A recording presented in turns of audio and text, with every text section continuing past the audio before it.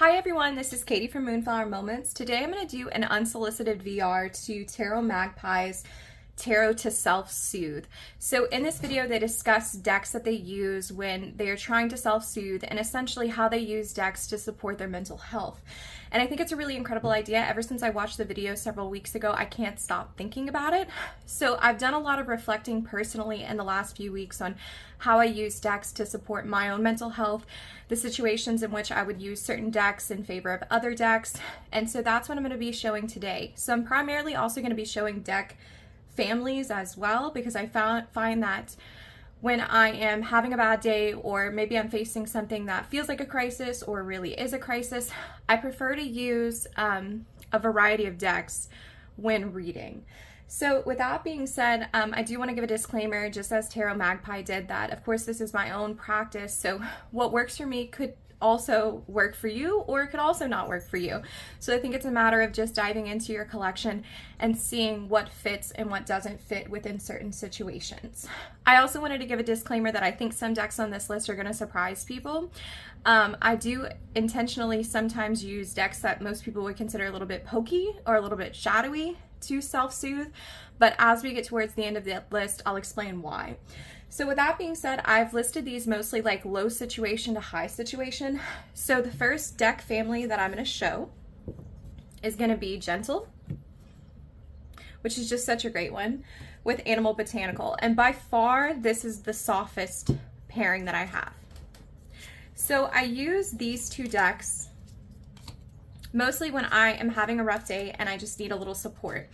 So I find that the guidebook for the Gentle Tarot is incredibly supportive. So with that being said, Mari in the Sky includes an affirmation for every single card.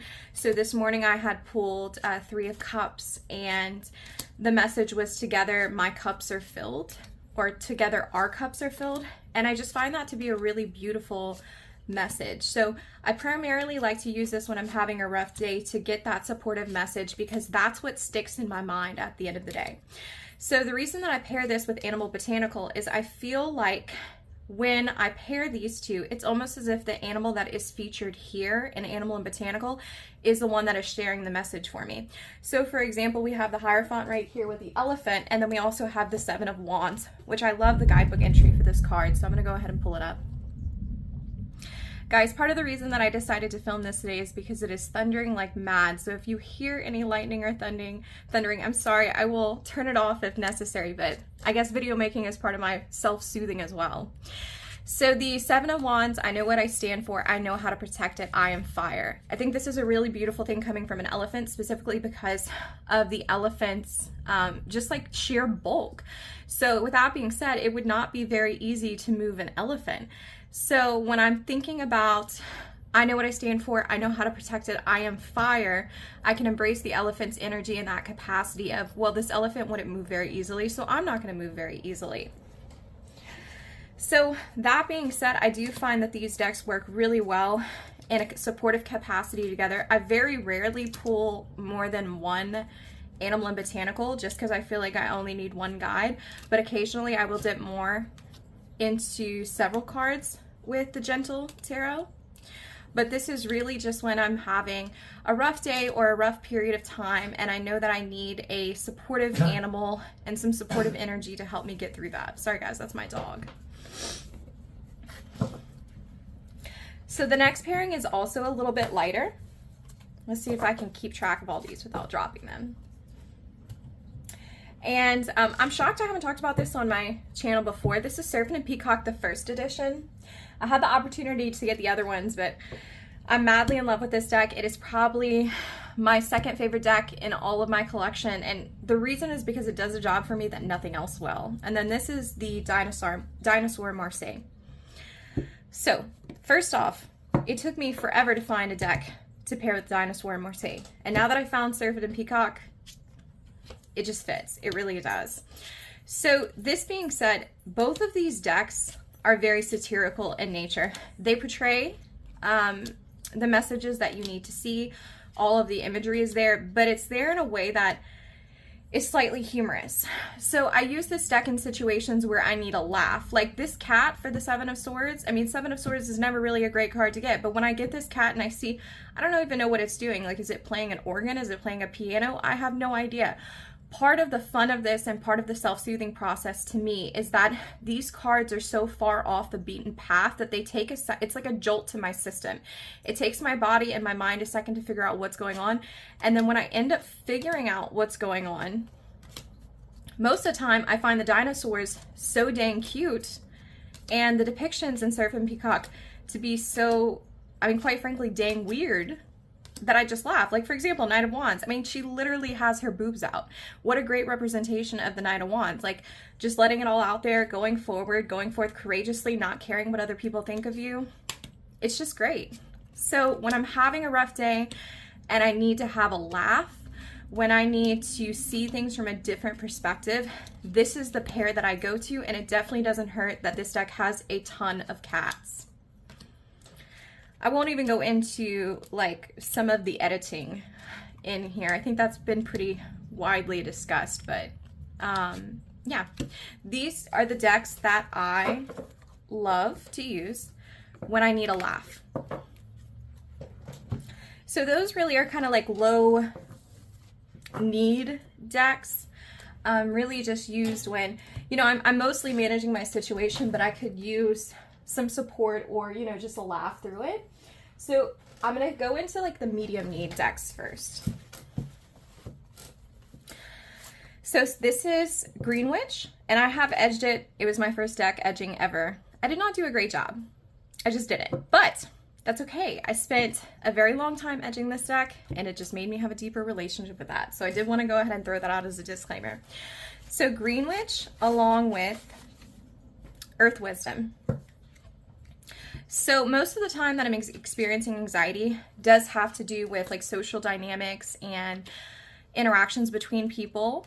And I really find that the Greenwitch, because of its village-like nature, is very good at depicting social interactions. And so I use the Greenwitch when I just need help navigating probably just some situations, maybe with like family or at work. You know, I want to have a deeper understanding of what's going on. And then the Earth Wisdom is a message to myself of what I need to do. So I find that the keywords like practical intuition, that's a beautiful set of keywords.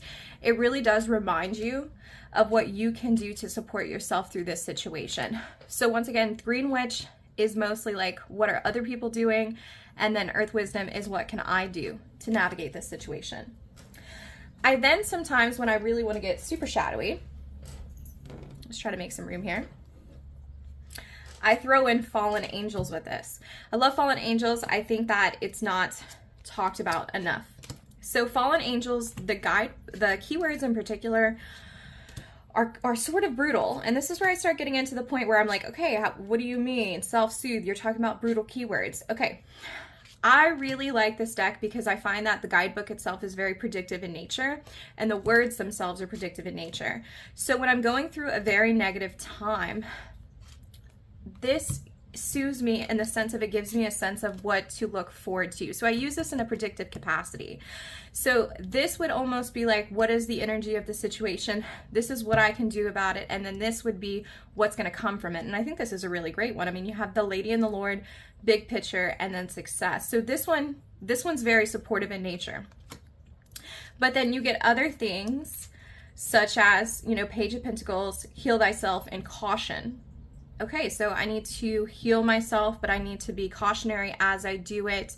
It could be in regards to me picking up like a new skill or endeavoring upon a new project. I need to be mindful of that. So I know it sounds, you know, counterintuitive for me to use something that is like pokey to assist me, but I find that if I have a heads up of what's to come, positive or negative, whatever that might be, it does assist me in that capacity. So I do oftentimes use what other people would consider like shadow oracles or shadow tarots to support me through that process. All right, let's see.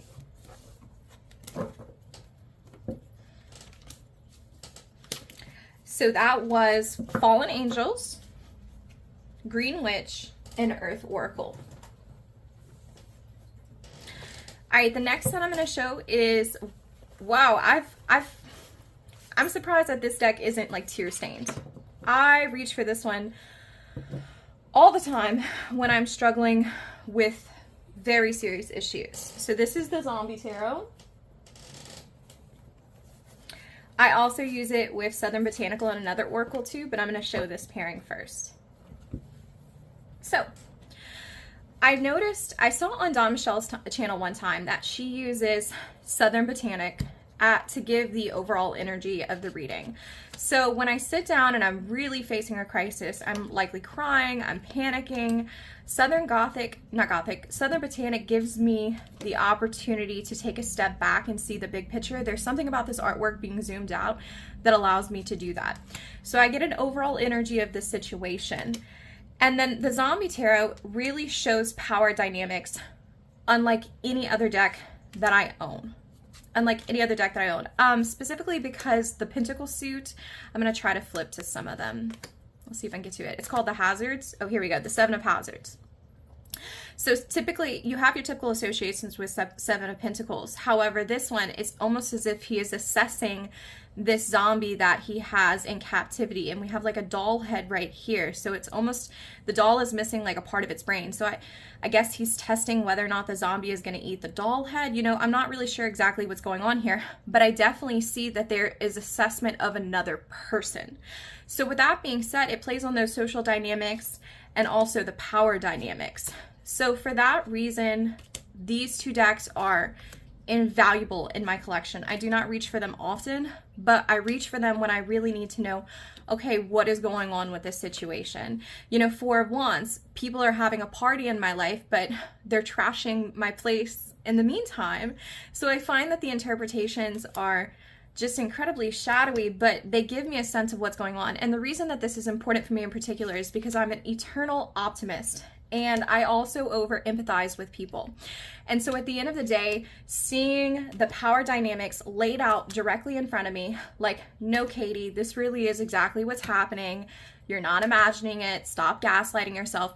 You know, the people that are in this situation are literally running you over in search of their mission. Seeing it laid out flat out for me gives me the opportunity to soothe myself and heal myself, because I'm no longer lying to myself.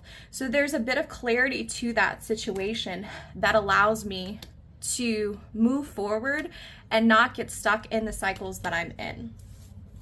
So that was that. So after I've had Zombie in particular tear me a piece, I always do end with the Power of Surrender. Or yes, I think that's what it's called. Power of Surrender Oracle. So I think that, okay, here we go. We have irritability, profanity, Seven of Wands, and then surrender, stress. So you feel like you're in a place where you're holding ground, where you feel like you're stuck. Maybe you feel like every step that you take, you're afraid that you're going to trip over what's going to happen to you. And that has really brought you to a point of being irritable and feeling like you're not adding much to your environment. So what you need to do to overcome that is to surrender stress. Surrender stress. So it just works. I mean, after the situation is pointed out, it gives me a sense of where to go with that situation. So a few more cards of this one. I cannot overstate how incredibly powerful this deck is. So I do use this one with others, but these two really are a deck family in the sense I don't really use them separately. Okay, so now that we've started touching on some of the more shadowy aspects, let's see what we got here. I'll put all my decks to the side and hopefully they don't spill over. Okay. Now I'm about to pull out one that I think is going to shock people because it is supposed to be about self-soothing. Here we go. So definitely the infamous Barbara Walker, which by far, if I had to categorize Barbara Walker with a major arcana, I would definitely say the Tower. She brings powerful insights that definitely rock your world. And then also CBD. So like I had spoken about before, my personal psychology is that I give people endless chances. I often lie to myself and say, oh, they didn't mean to do that. They might have said it that way, but they didn't intend for it to be that way. And so Barbara Walker, I mean, look at this. She lays it out plain as day for you that no, they really did mean to do that. They really did mean to say that. And so she gives me the opportunity to backtrack and to stop gaslighting myself. And then CBD Tarot over here, sorry, I just realized I didn't say the name. Because it is such a clear Marseille, this tells me what to do with that. So after I'm completely shattered, okay, this person really did do that to me, okay? I have some tangible steps that allow me to move forward with that, to know what to do with that. And so with that being said, this is not a pairing I use very often at all, but I use this pairing when I'm trying to get out of deep ruts, when I'm trying to get out of deep cycles, when I desperately need someone to speak up and say, no, calm down, you really are being treated badly, and reassess. So that being said, this is my cycle breaking pair, and for that reason it definitely soothes me. I don't know why that was so hard for me to say, because it points out to me what the truth is and offers me clarity. Oh, I'm running out of room here. All right, so the next set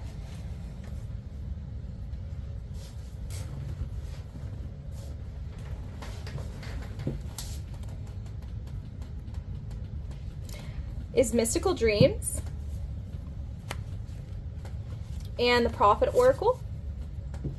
God, I love how these two look together. I'm obsessed with this match. So the Prophet does have some sideways cards, some landscape cards, so you'll just have to bear with me. I don't have room exactly to pull them out the right way and switch them every way. So that being said, let me get back on track. After this is part of my healing process. You know, one day I might come in and I might do the Barbara Walker and the CBD to get a sense of where my healing needs to occur, where I've been gaslighted, where that cycle needs to be broken. Then a couple days later, I will reach for this pair. So it's part of like a continuum. And this pair really does tell me, first off, with the Prophet Oracle, what needs to be done. And I've spoken about this deck before on my channel. I feel like it heals me in a place like no other. Rest in reason and move in passion. This is great advice to tell someone who has just broken a deeply significant pattern in their life. And then we have here the tarot card, Two of Swords. Okay, so he can either get eaten by the snake or he can try to climb out, but because the plane is moving sideways, there's no guarantee if he gets out he'll actually make it. So that being said, I find this to be a deeply intuitive read. I feel like because the imagery is not traditional, it allows space for my intuition to move in, and it allows me the opportunity to really step back and listen to my gut and hear my gut tell me exactly what I need to do.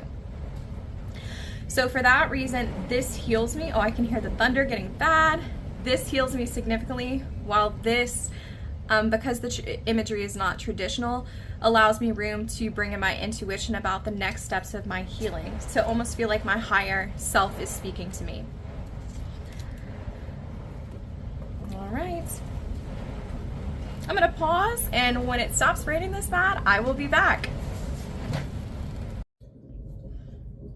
Hi everyone, I think the rain has subsided, so I'm able to finish this video. So this is my last set of decks for the Self-Soothing collection, and this is Terra Botanical, and this is Story Through Stone Oracle. So both of these decks I would consider to be my soul decks. This is definitely my soul tarot deck. This is definitely my soul oracle deck. So the pair of them combined really just innately soothes me because I have that deep interwoven connection with them. But more than that, these are the two decks that I use for my most sacred parts of my practice, primarily my ancestral work. So this deck, my grandfather, especially my maternal grandfather, really speaks very clearly to me through this deck, and I find that both of my grandmothers communicate very clearly to me through this one. So if I'm ever needing to feel connected to source, connected to the ancestral lines, connected to something that's bigger than myself, these are the two decks that I go to, and I can find that to be incredibly important if you are trying to self-soothe as It reminds you that what you're living through and your experiences are part of the larger picture. And even if you're having a difficult time making sense of it now, there is a reason that everything that is happening to you is occurring. And there is a reason that there's something that you need to take from this experience. And so I find that these two decks and their capacity to remind me that there's something greater than myself out there is really what makes this such a powerful combo. And I think part of that is in particular the subject matter. So both of my grandmothers were deeply aligned with plants, and of course this is natural stone, so there's something grounding about this, that when I'm truly facing a crisis, I look outside. I have trees all outside my window, and I remind myself that I am grounded and I am rooted to something that is larger than to myself, and that, you know, the dirt and the stones that are a part of this earth are also essentially a part of me.